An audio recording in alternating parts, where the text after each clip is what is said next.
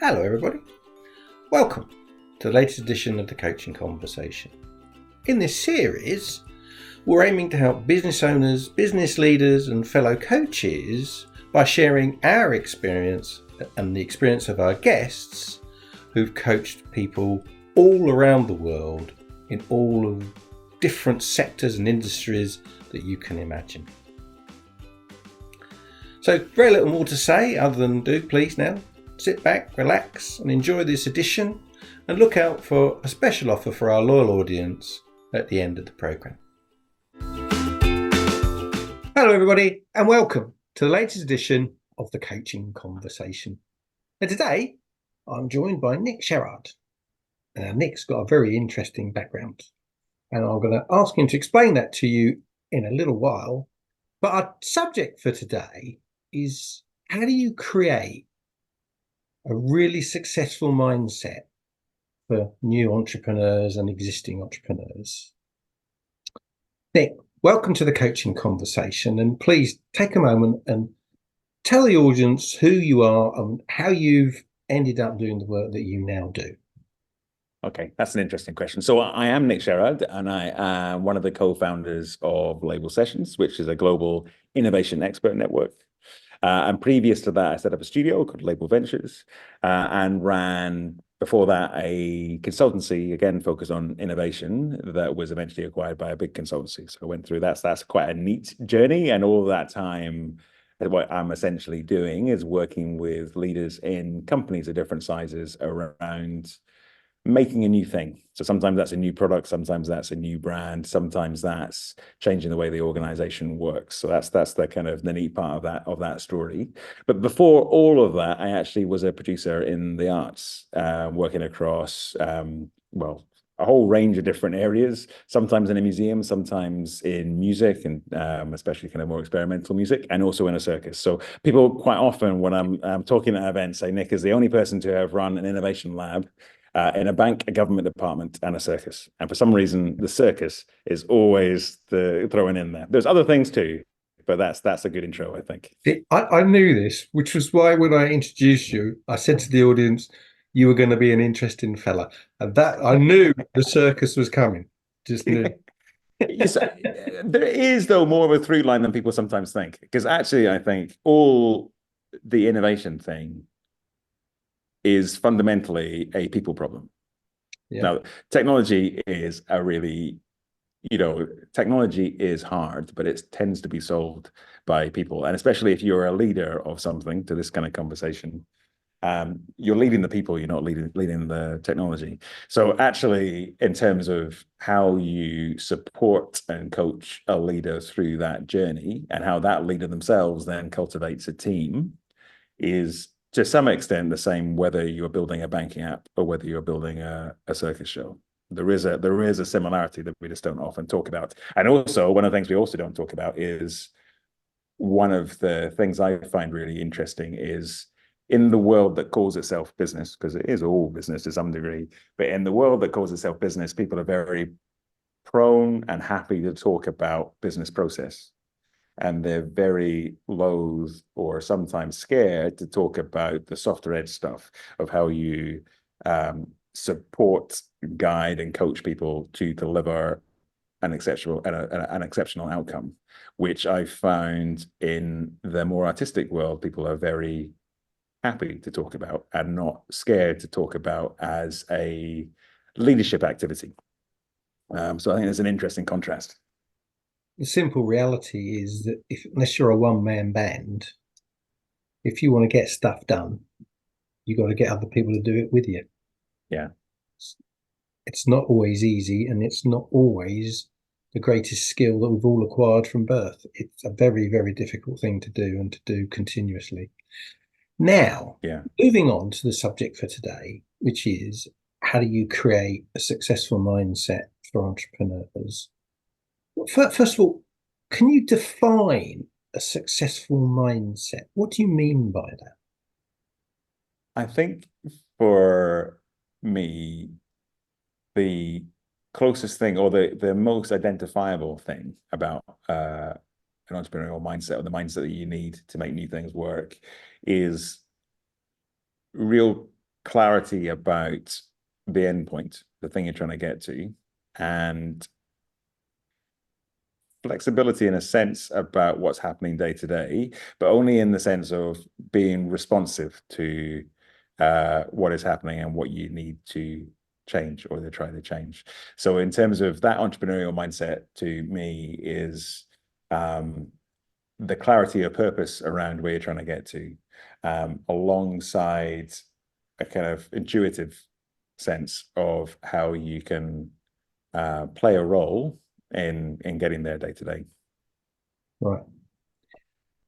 When you're working with potential clients, what would a typical client look like that you're trying to help with for example, their entrepreneurial mindset, their successful mindset? Yeah, no, it's interesting. So my typical clients in some ways work in quite a wide range of organizations. So I'm inside the offices of one of them just now. So the bit that sounds diverse is that sometimes they are a leader in a big tech firm, so something like Meta or Uber. Sometimes they are working in a more traditional kind of corporate setting, I guess. So someone like Sabre, a big travel tech company I work with just now. Betfred, I'm in the offices of just now. And sometimes they are more classically entrepreneurial in the sense of they are people who have set up a company and it's growing into something bigger. So that's the bit that sort of sounds diverse. I think the thing that is really apparent to me is that the people who try to do the new thing, the innovation thing, tend to come from quite a similar personality background. So and I would say this, it's almost exclusively true, having been doing something like I'm doing now for over a decade, is that whether in a very big company or whether in an entrepreneur, the person driving the innovation agenda is to some extent always a misfit in their own mind, at least. And interestingly, even for entrepreneurs, or even a misfit in the company they created. Now, and it doesn't mean that they are walking around and everyone's thinking they're really strange necessarily, because it's obviously there's a certain part of leadership that can often quite be around, norming to some of the behaviors that they demonstrate around them. But I think, when I talked before about the mindset of clarity around where you're trying to get to, flexibility around how you do it in the day to day, I think that quite often stems from the fact that there's the reason they want to get there on paper, the reason that the inverted commas, the business wants to get there. And there's a reason that individual wants to get there. And that sometimes is to prove something to somebody else, in the sense of some sense in which they've been not back in the past, maybe, or not quite accepted in the past. And quite often it's to prove something to themselves in the fact that they are actually the person who can. So I would say, like, in terms of typically the people I'm working with are individuals whose individual contribution is going to be important. So they're not purely a manager. They're actually going to have to offer some insight, or they're going to have to offer some guidance to people to get to the end result. And typically they have a lot of people who are looking to them for leadership. But also typically they feel to some extent like they shouldn't be there, or it's unusual for them to be there. I'm tempted to go off on a complete tangent around imposter syndrome, but I don't think that's what you really are meaning here. If you're an entrepreneur or business founder, there can only be one of you, can't? So in terms of being the misfit, you are by definition the only Yes. one of you. Yeah. When it comes to larger organizations, larger leaderships, and you're talking about someone who is passionate, interested, leading some form of innovation, by definition, as the leader, you've got to have the vision of where you think you're taking people. Whether you are the only person that's invented this image is one thing, but you've got to have a very clear picture of that in your mind, which is probably going to set you apart. And if you attach that to a level of ambition, if you attach that to a level of desire, I guess that will set you apart and will inevitably make you this quote unquote misfit. Yeah, definitely. And I think also, on some level, when people embrace the bit that makes them a misfit. It can be their strength. Because quite often, the people I'm working with, quite often, there's a lot of people who would like to be in their position as well, because they either see it as quite often a high status role that they have. Quite often, sometimes it's a high paid role in some level. And interesting just to link my two worlds together. I, for a while, was a producer with a circus school that did university level training, essentially, in circus training. And there was a day in that year when people would come in to audition, essentially. And I could sit with the director of programs, in this kind of office that looked out on the foyer where you saw everybody working in or walking in. And one of the things I was really thrown by initially was he would just see people walk into the space and he would know precisely which trick or which acts or which discipline that person was going to audition in. Wow. And so, is that a juggler or is that someone's going to be acrobatic in some way or something aerobic? And initially I thought he was doing it based on their physique. And what he eventually told me was nothing to do with that. It was all to do with what he could tell about who the person was. Because, for instance, he says, so for someone to become elite at juggling, you're going to spend a lot of time by yourself in your bedroom as a teenager. So by the time you walk in as 18, 19, I can see that a million miles off. You might look like, in an athletic sense, that you could be something else, but that's what you are. And on the flip side, if you're someone who is incredible at quite high risk, but really beautiful aerobic, especially aerial stuff, there's going to be something in you that when you walk into a room doesn't naturally mean that you necessarily attract attention, but you're going to try and do it because you're going to walk in their way. And that kind of stayed with me. But I think there's something similar in a business context when, for instance, if you are, there's a lot of really good marketeers and those that become the chief marketing officer and do it through the innovation route, so doing the high risk thing, are the people who will do something a little bit extra than anyone else would. It's not necessarily just a pure talent thing. It's that actually when everyone else would get the presentation done for the CEO that week and would maybe read a couple of articles, they're the people who will read a couple of articles nobody else would read, or would hang around at the end of a talk that they go to speak to the speaker and try and find out what the point underneath that point was that they were making. There's little bits of those things that you can see as flaws to some level because they kind of index a bit into obsessive behavior and they index a bit into not being good at switching off. But actually, that's also the reason why they get to the position that they're in.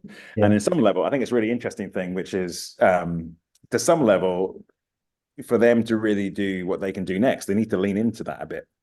They need to look after themselves too, because I think there's always an interesting thing in terms of personal resilience and taking care of yourself as you go through that process. But there is something about leaning into what makes you a misfit that can be really powerful, I think.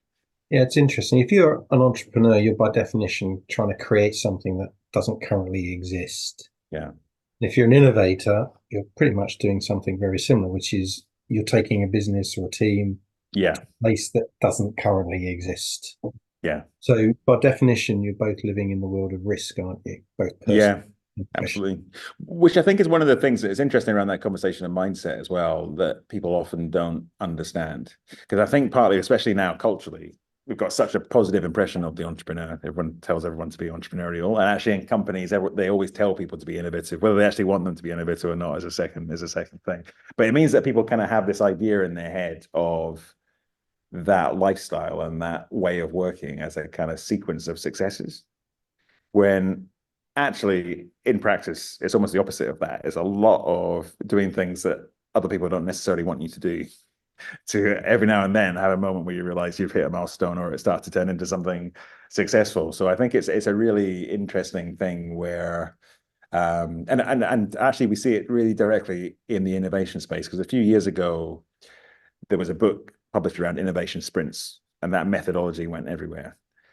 And one of the things I found was a lot of companies that I would go and see a lot of companies that really adopted that methodology, and it wasn't necessarily working for them.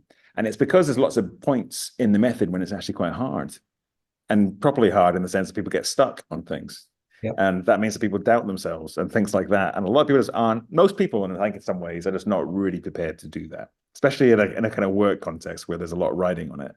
But actually, the people I see who are successful are much more comfortable with the idea they're going to get stuck, comfortable with the idea that when they get stuck, they're probably going to doubt themselves in some way, and comfortable with the fact that they can probably come through it. And that doesn't actually come from a really high level of self-confidence. It comes from a kind of a behavior, I think, of you've been through that a lot before, which is maybe the slight misfit thing of you don't think you've got any kind of necessarily unfair advantage in how you're going to do this next thing. You don't feel especially confident about it, but you do have a set of tools or kind of habits that mean you're going to go through the steps and see if you get there.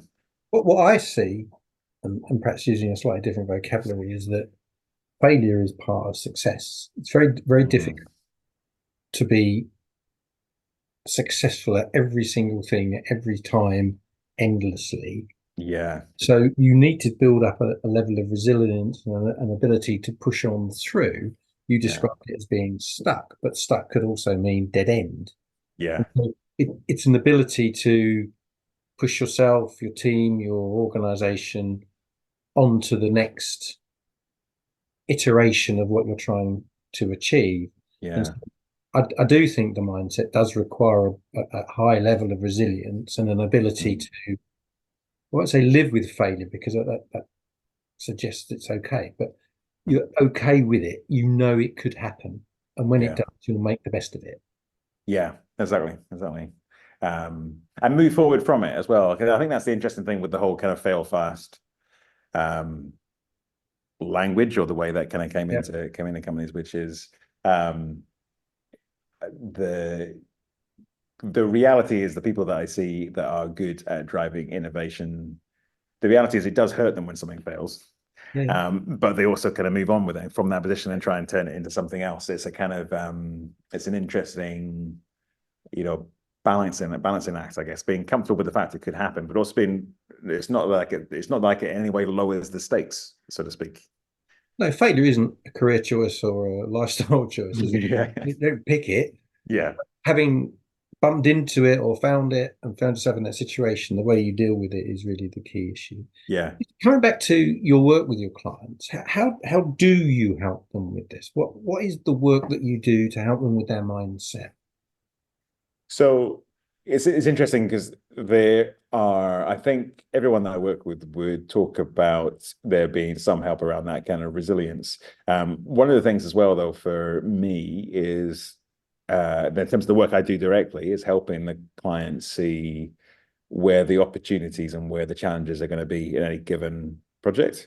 And I think the thing that's interesting with that is, on one level, people tend to think about the strategic part of a project and the kind of personal well-being or the personal leadership journey is quite different things. Whereas actually, I think what we actually do when we go through strategy development is partly a rational output for the business, but it's also actually about rehearsing what's going to happen to the leaders that go through that program and what actually type of leaders they need to be. Because you start to call out, in particular, once if you're in a sort of more mature organization, so you're in a big company that's been going for a while and has had some reason why it's successful. What I think is really important to understand is rationally where the opportunity is, what kinds of change are going to be required from the business to take advantage of this new opportunity. And that's a rational thing, but it's also a leadership thing and a personal resilience thing, because it starts to show what kind of leader that leader is going to need to be to make that change happen. Because sometimes it can be that, actually, to the point with the discussion we're having at the start in terms of innovation being a people problem, quite often I'm working with organizations that are quite well resourced. So you look at, hey, there's this innovation space we need to go into. That means we're going to need to launch a new app or a new digital service in some level. That's going to require investment. And the money is the kind of like, there's a process to go through to get it, but the money is in the organization. The mindset change in the organization in terms of how they need to think about customers, how they need to think about and what teams like marketing do day to day is the big shift. And actually, to drive that shift requires an individual leader to be a different type of leader. If you're driving that change, because it can be that you might have to model behaviors. You quite often have to kind of model the change so that people around you start to understand there's a change that's going on. And you also have to model that resilience journey, because you're going to have to there's a lot of people around you that are going to have to lead their individual teams to go through this journey as well. So, in terms of, I think, and I would say as well that, within label sessions, sometimes we work with a leader and we will turn those two things into different roles. So there'll be someone working with them on a strategic leadership and someone working more on coaching and their personal resilience and their kind of communication and these kind of aspects. But fundamentally, I think it's the same process, which is, understanding what the change is and then understanding what, how are you going to get that person into a place where they can lead it. So you're lighting the path for them and explaining some of the things they're going to bump into, and therefore That's a good phrase. Yeah. From your own point of view, do you have any special techniques that you use or any particular ways of working that you share with your clients? Well, it's interesting. So in terms of, ways of working, weirdly, I was working with a kind of mentor at one stage. She kept talking to me about Ikigai, the kind of reason to be. And I found that a kind of useful kind of visual, and then started bringing that into my strategy work. So actually, when we talk about new brands, we quite often use the same thing. So kind of that kind of those kind of aspects. But I think that's also because historically, I guess my angle as an innovation leader, a strategy leader, has been to kind of hone down to what's the key insight that illustrates how the brand needs to change or how the product needs to change. And I think it's interesting in terms of probably intuitively, therefore, when I think about on a more individual level, you kind of get to the same space. So in terms of actually, how can you look through what is it that you care about in the world? What is it that the people around you care about? But also, what are the things that you can literally be paid for, and what are things that you have some kind of capability to do currently. So those are the kind of models that I kind of have in mind as I go through those things. And when you're working with clients, what sort of time frame do you or cycle of work do you have with them? Is it 1 month? Is it 6 months? How does that typically work out? Well, yeah, this is the peculiar thing about the way I do, because I'm a kind of obsessed, because I'm so focused on innovation, around making things quite intense. So I tend to work with people over a 6-week cycle. But quite most often, most of the people I've worked with for a period of years as well. So it's like a secret series of those as you go through. But I do think there is something important, if you're making a change happen, about actually committing to it, and therefore a kind of relatively intensive time period is kind of important. And so when you're working with people that you worked with before, is it a repetition of the processes they've seen before, or is it something else that's different because the situation's different? It is probably a repetition in terms of process, but then you're applying it into different types of challenges. So therefore, it feels very different. And I think also there's actually, I think one of the things that's interesting is also the dynamics of teams are different as you progress over time. So I think it's also a really interesting thing between interesting area where there is a complete read over from my old arts world into the business and tech world, but nobody ever talks about this as well, because it seems to be in the arts world, there's a real respect for the partnerships that develop between individual people, and people quite often become teams that go through the rest of their lives together. And that's true across all art forms, actually, music, performance, all these different areas. In business, people don't talk about that at all. So in terms of, we go for job interviews as individuals, and when we talk about our personal development, it's a very individual journey. Although the reality is, every company I work with, there are groups of people there who have worked with each other for 10, 20 years. They kind of end up pulling in people from agencies and things that they've worked with in the past. So it actually does happen, but nobody talks about it.